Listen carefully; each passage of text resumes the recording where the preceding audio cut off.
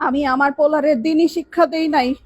আমি আমার পোলারে বড় করণের লাইগা খালি পড়ালেখাই করাইছি, দিনই শিক্ষা দেই নাই, আখলাকের শিক্ষা দেই নাই। 10-12টা কোচিং করাইছি, টিচার রেখা পড়াইছি, স্কুলে নিছি, মাদ্রাসায় নেই নাই, কোরআনের শিক্ষা তারে দেই নাই। এর লিগেই আমার কপালে এই পরিণাম।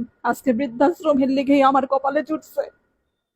যদি আল্লাহর শিক্ষা দিতাম তাইলে তাইলে আজকে আমার এই অবস্থা হইতো না। জীবনে কোনোদিন দেখছেন কোন আলেম গো বাপ মা বৃদ্ধাশ্রমে গেছে? যায় নাই। কোন আলেমের বাপ মা বৃদ্ধাশ্রমে যায় না। যায় আমগো মতো যারা বাপ মা স্বশিক্ষায় শিক্ষিত কইরা উচ্চতর ডিগ্রি দেই, তাগো পোলাপানরাই এক সময় বড় হইয়া চক্ষু ফুইটা যায়।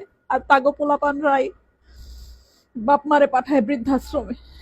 আর নাইলে সুদূরে গিয়া বইসা থাকে, বাপ মার খেয়াল রাখে না, খালি নিজেরটা বুঝে। এটা একটা মায়ের আর্তনাদ, একটা মায়ের কথা। আপনারা এই ভুল করেন না যে ভুল আমি করছি। পোলাপানের দিনে শিক্ষা দিয়েন, পোলাপানে আল্লাহর রাস্তায় পাঠায়েন, উচ্চ শিক্ষায় শিক্ষিত করেন, কিন্তু ধর্ম শিক্ষা দিয়েন। ধর্ম শিক্ষা না দিলে পোলাপান কোনোদিন বাপ মার মর্যাদা বুঝে না, কোনোদিনও বুঝে না। মনে রাখেন।